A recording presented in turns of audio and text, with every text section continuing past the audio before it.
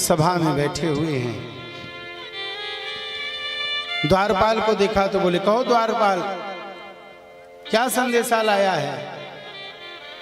द्वारपाल ने कहा कि प्रभु, एक ब्राह्मण देवता हैं और आपसे मिलना चाहते हैं। भगवान ने कहा, द्वारपाल, ये हमारे द्वारिकापुरी में भाई कब से नया संविधान बन गया कि किसी संत और किसी ब्राह्मण और किसी याचक और किसी न्याय मांगने वाले व्यक्ति के लिए मेरी आज्ञा की आवश्यकता पड़ने लगी। बोले, नहीं प्रभु, ऐसी बात नहीं है। वो जो ब्राह्मण देवता हैं कुछ अजीब से दिखाई पड़ते हैं, न सर पे पगड़ी है, न पांव में जूती है, और वस्त्र फटे हुए हैं, दुबले पतले दिखाई पड़ते हैं। ऐसा लगता है कोई विक्षिप्त प्राणी हैं। द्वारिकाधीश महाप्रभु ने कहा, द्वारपाल, क्या गरीब होना, जीवन में अभाव होना, क्या पागलपन की निशानी है क्या? नहीं प्रभु, वो पागलों जैसी बात करते हैं। सीधी सीधी बात बताओ द्वारपाल।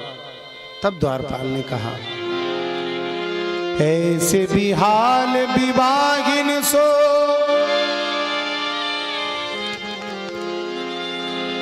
शीश पगान झगातन पे,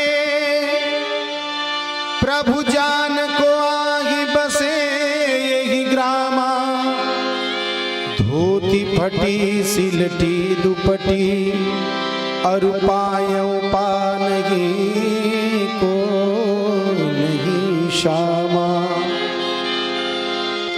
द्वार खड़ो बिज दुर्बल एक,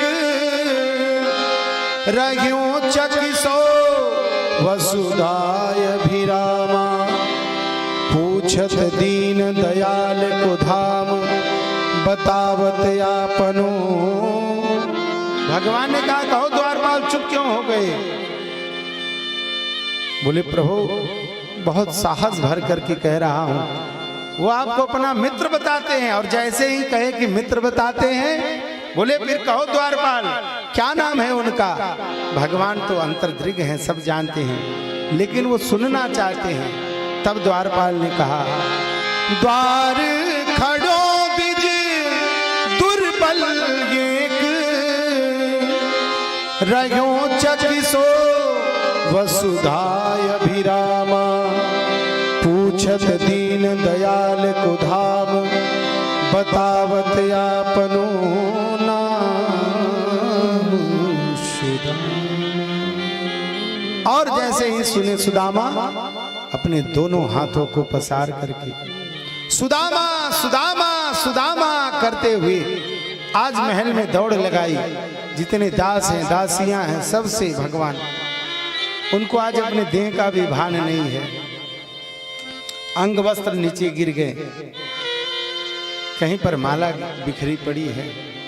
दासों और दासियों ने, दूतों ने देखा कि प्रभु, आज के पहले इतने बड़े बड़े तेजस्वी तेजस्वी महात्मा आए, कितने बड़े ब्रह्मर्षि आए, लेकिन स्वयं द्वारिकाधीश महाप्रभु किसी के स्वागत के लिए नहीं गए।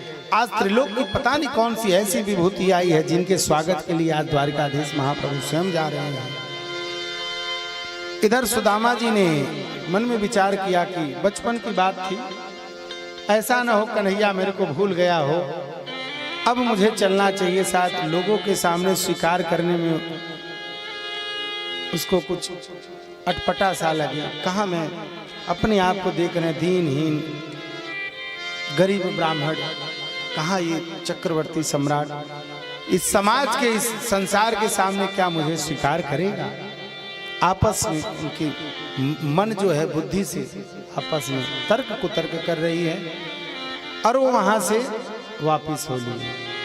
वापिस जाने लगे, भगवान पहुंचे प्रवेश द्वार पर। बोले, कहो द्वारपाल, मेरा मित्र कहाँ गया? द्वारपालों ने कहा, महाराज आपने विलंब कर दी, वो ब्राह्मण देवता तो कब के कब चले गए। भगवान ने कहा, मेरा मित्र आया और बिना मुझसे मिले चला गया।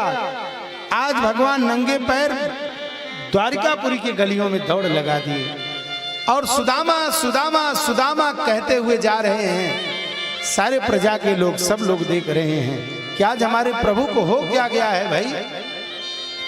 और जैसे ही सुदामा जी के कानों में आवाज सुनाई पड़ी, और सुदामा जी ने पलट करके देखा, भगवान के नेत्र सजल है, कंठ अवरुद्ध है, झरझर झरझर अश्रु मुंह से धारा बह रही है।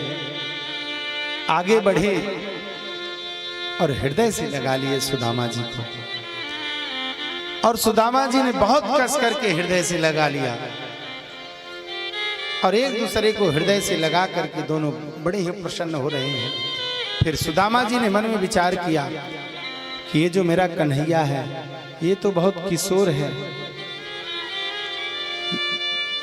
ऐसा न हो कि मेरे दुर्बल शरीर की हड्डियां इसके शरीर में चुभ रही हों। तो उन्होंने अपने पास को थोड़ा हल्का किया और देखे, भगवान ने कहा, बारे मित्र, आए और बिना मिले ही चले जा रहे थे। सुदामा जी ने कहा, मित्र मेरे अपराध को क्षमा करना, भूलवश तेरे प्रति मेरे मन में अपराध आ गया था, मेरे अपराधों को क्षमा करना।